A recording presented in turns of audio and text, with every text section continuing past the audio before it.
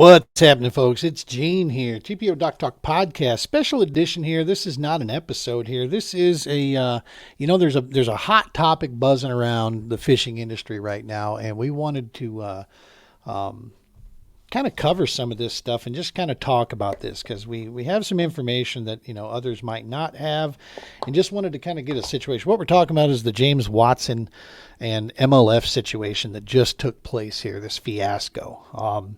There's a bigger picture here, all right, and that's the reason why I felt compelled to throw this out there.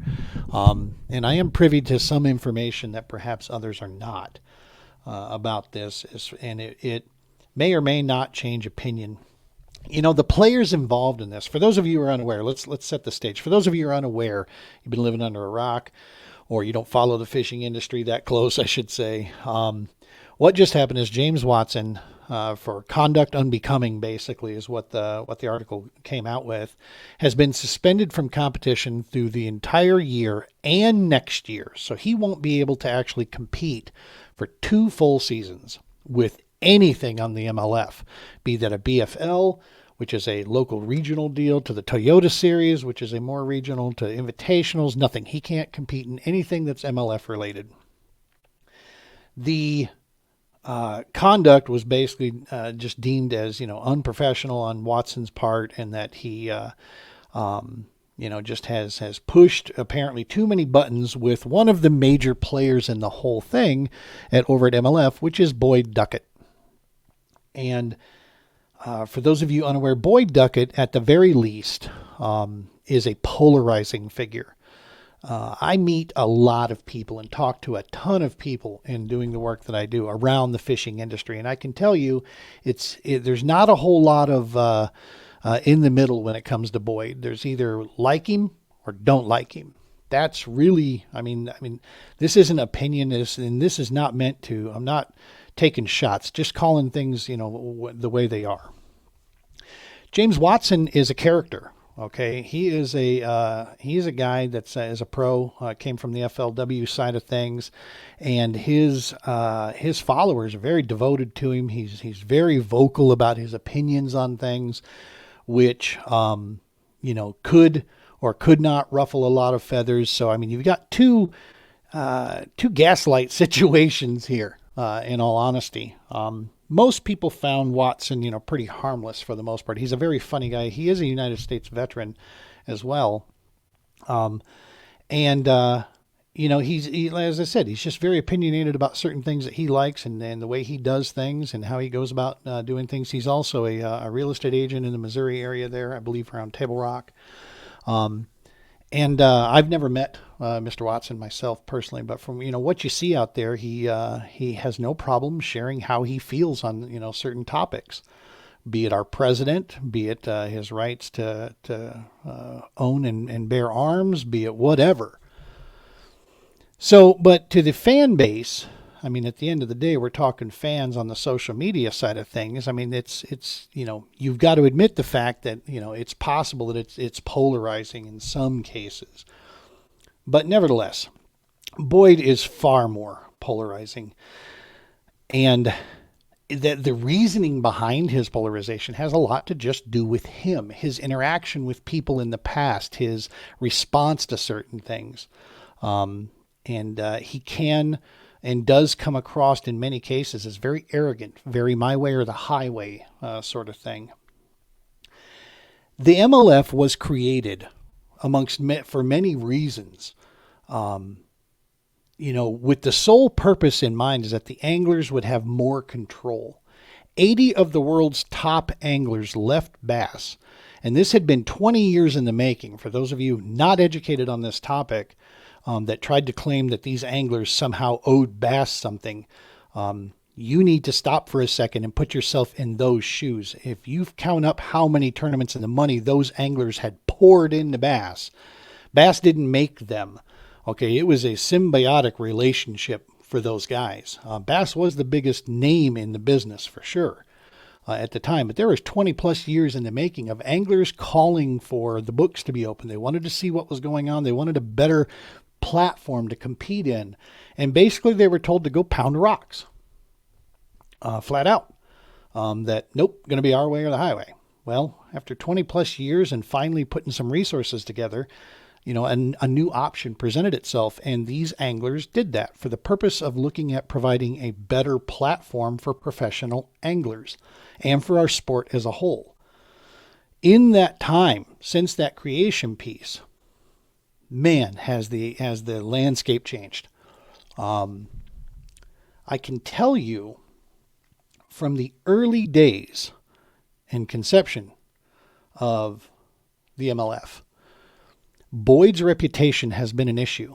Now, I'm not going to release names on this, but I will tell you, I had an opportunity to speak with two different individuals that sat on the board. These are professional anglers, and I spent time with them and spoke with them, and the topic of Boyd came up, and it was admitted by both, one in exact words, the other in close enough words, that they knew that Boyd was a polarizing figure and that Boyd's reputation was standing in the way of a lot of opportunity for the MLF success.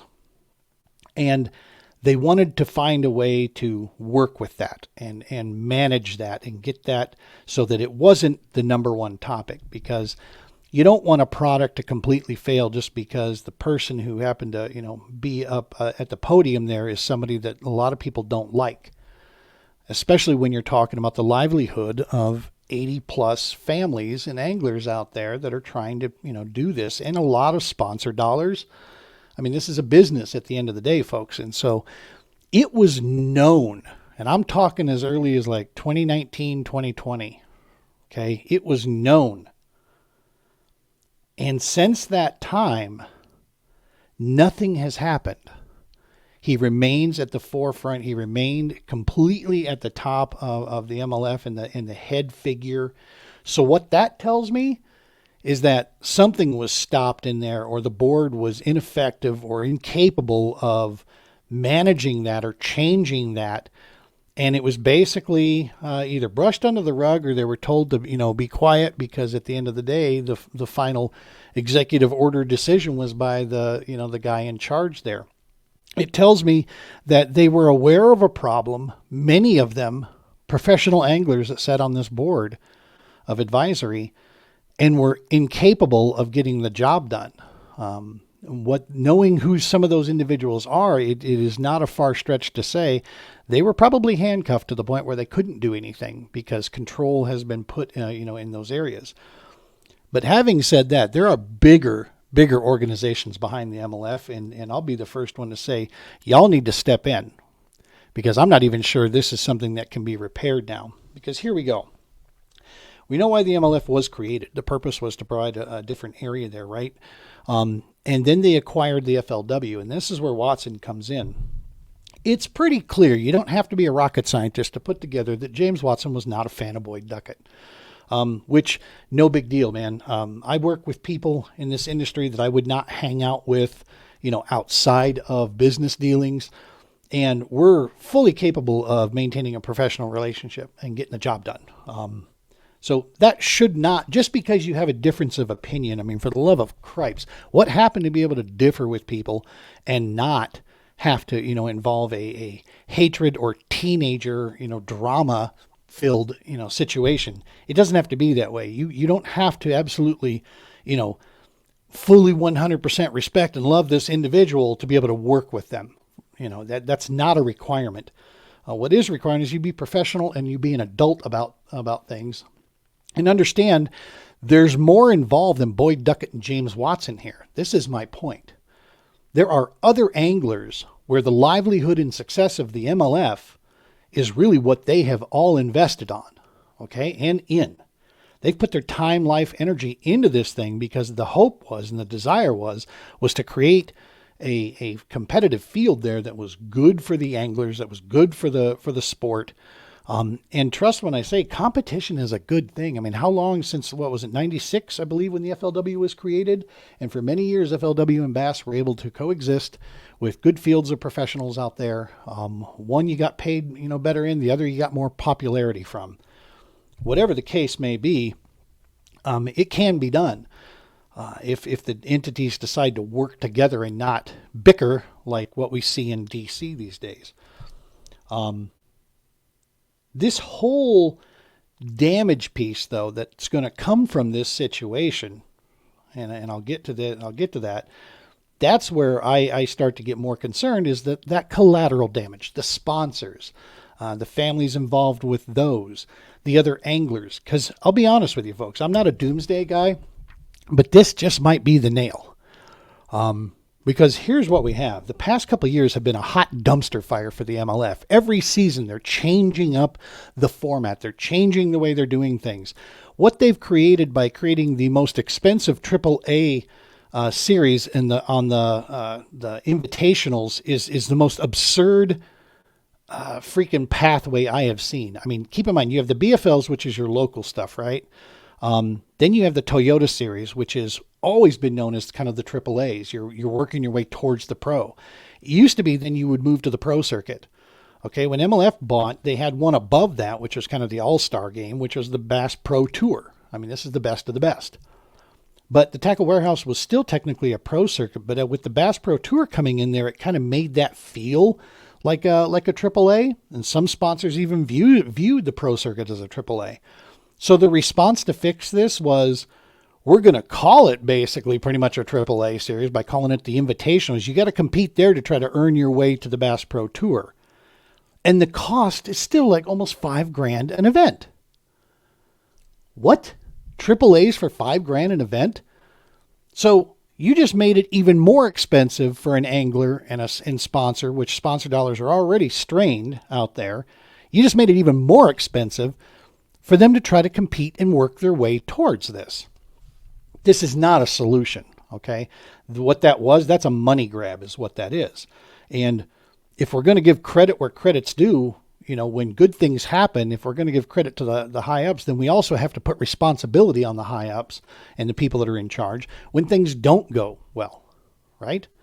And that means in this case, the Boyd Duckett situation there, it did not help the anglers, did not help our sport.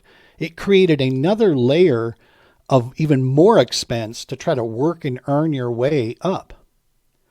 And it became confusing. And this is what MLF is really good at doing in these past 2-3 years, is making shit confusing. Look, if you want to sell a product, you got to have a product that the fans want. You already shook the apple cart enough with the catch, weigh, release. Okay? That really shook up the industry quite a bit.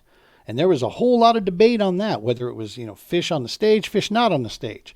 Is conservation more important, or is the fanfare more important? That debate was ongoing. But then you change the format of Group A does this and Group B does that, and then weights are zeroed here, and then there's a knockout round, there's a championship round, and there's this and this and this, back and forth. Every year something else changing.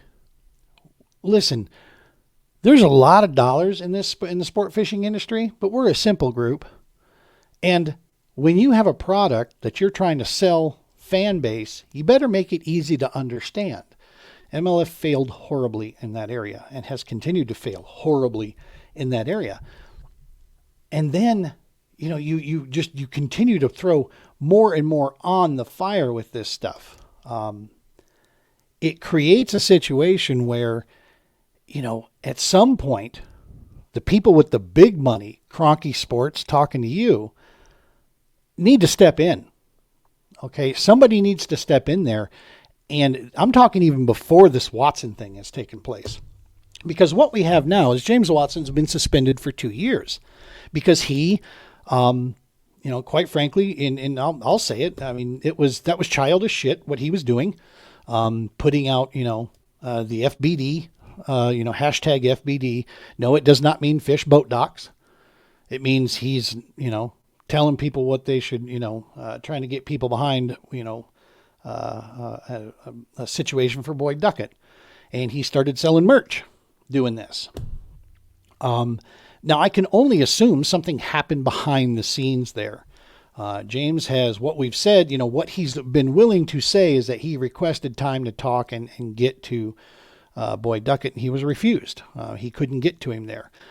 I can tell you from a business management standpoint, If you truly value your employees and you value your teammates, then you give them an avenue by which they can air their grievances, and you make it valuable, you make it legitimate.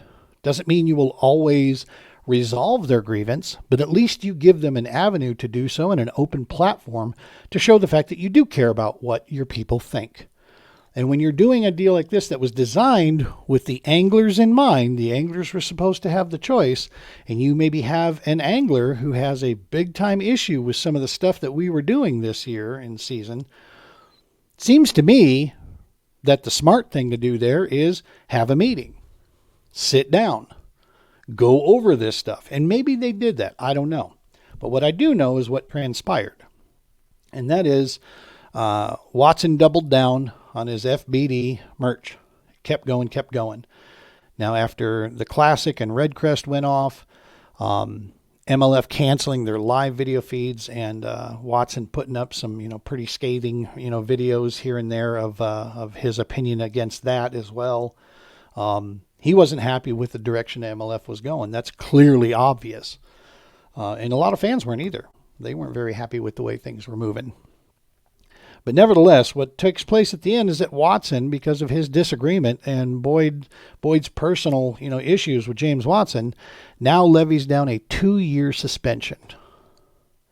2 years banned because he and Boyd Duckett don't like each other. I mean, that's really all this is. That's how you boil this down. James Watson and Boyd Duckett don't like each other. And so pretty much Boyd Duckett said, you can't play on my playground. See you later. Bye. Get out. Because I don't like you. This is absurd. I mean, this is as teenage, high school drama-filled garbage as you're going to find. Okay, this is not adults. This is not professionals sitting here having an issue that they're trying to work through. This is Boyd upset and ticked off and letting his personal emotions affect the entire MLF. Because I'm telling you right now, the level of absurdity to this ban can be explained in one thing. Was it 1 week earlier, week and a half earlier, Toyota Series event down at the Harris Chain in Florida? 2 boats collide. They collide together, not because of some freak accident. No, because these two were being complete jackwagons and blowing through a no-wake zone at full speed. And they collided. Folks, there's 2 people in each boat. I mean, you had 4 people's lives that narrowly escaped death. If you saw the video, you saw one boat sitting on top of the other one in a very, very narrow channel by a bridge. I mean, these guys literally crashed their boats into each other because neither one of them decided that a no-wake zone meant anything to them. So the 2 boaters decided, screw it, and took off and just put everybody's lives in danger. You know what they got? They got banned to the end of the season. They can't compete in any MLF event to the end of the season. So literally James Watson, because he and Boyd have beef, got twice the level of a suspension than what 2 morons did who put 4 people's lives in danger. Okay, if that doesn't explain to you the level of absurdity that we're talking about here, this is personal getting in the way of business, because James Watson followers, people that love Watson, are devout. And they are going to stand beside him. And many people in this industry love him. This is going to bring about really, really bad press to the MLF. And you are going to have a united army of individuals out there with a whole lot of hashtag FBD paraphernalia flying around, from local stuff to pros. By default, James Watson is a veteran. We're always going to back our U.S. veterans and what they do. And as I said, I've never met the guy, so I don't have an opinion. I appreciate his social media content that he puts out. He's very funny. And I follow him. I do not follow Boyd Duckett, just because I do find him also very polarizing. I'm not a big fan for people that are very arrogant and very my way or the highway. I find them closed-minded and not people that I like to chat with. But nevertheless, I'm telling you right now, this is a big deal. And this is going to send ripples across the entire sport. And I'm not sure the MLF is going to be able to recover from this. This might be the nail. Like I said, I'm not a doomsday guy, but this just might be the nail. The product that MLF has been pushing is trash. The product that MLF has been pushing can't seem to settle down onto something. They have the right concept of where it could go. They have the right people competing there. And the FLW folks that came over in the acquisition know how to run a successful organization. They did so with the FLW. Your problem is right now, who's at the helm? Plain and simple. He's let his personal issues get in the way of overall business. And as I said, middle of this whole thing, the damaging part in this, the real issue here is not James Watson. The real issue is not Boyd Duckett. The real issue is the negative impact that this is about to have and how that's going to affect all of the other anglers and their families and the sponsors and the sponsor dollars. This is not going to be good for the MLF as a whole and for a lot of people that have put their life and their future on stake for the MLF success. That's the crime in this. That's the tragedy piece. And that's where I say to Boyd Duckett and James Watson, please remember the rest of the people involved in this. Now, I know you got to defend your turf and you're going to do this and you're going to do that. But at the end of the day, it is not always about us. It's about the people that are around us. And we do owe a debt of gratitude to the people around us and our coworkers and our teammates that make things happen every day, and that make this stuff flow. But this, who knows, maybe this whole situation brings about change. I hope that's what it is. I hope the best thing that could come out of this is that the MLF, has a change in hierarchy, has a change in structure and change in product, because just getting this resolved, getting Boyd out of the way, isn't going to solve just the issues that MLF has going on. They've got a lot of work to do over there. And they can do it in one fell swoop and really put this ship and get something, out there that's easy to understand and easy to follow and fun to watch. And you can, tag along with your favorite anglers that happen to fish there. And you can do the same with bass. I mean, it can be done. It's not rocket science here. But at the end of the day, what I also hope is, for the love of God, stop acting like politicians in D.C., y'all. Seriously, this is bad for all of us in our sport. Don't like seeing these black eyes. I have people that have literally pinged me and asked me, because they got the names all wrong, but they were like, somebody got suspended for something? What the heck's that about? And here I am trying to explain the situation to them in the shortest version that I can sum up. Yeah, two guys don't like each other. One guy's an angler, one guy owns a thing, and yeah, they're acting like kids right now with the way they're handling this.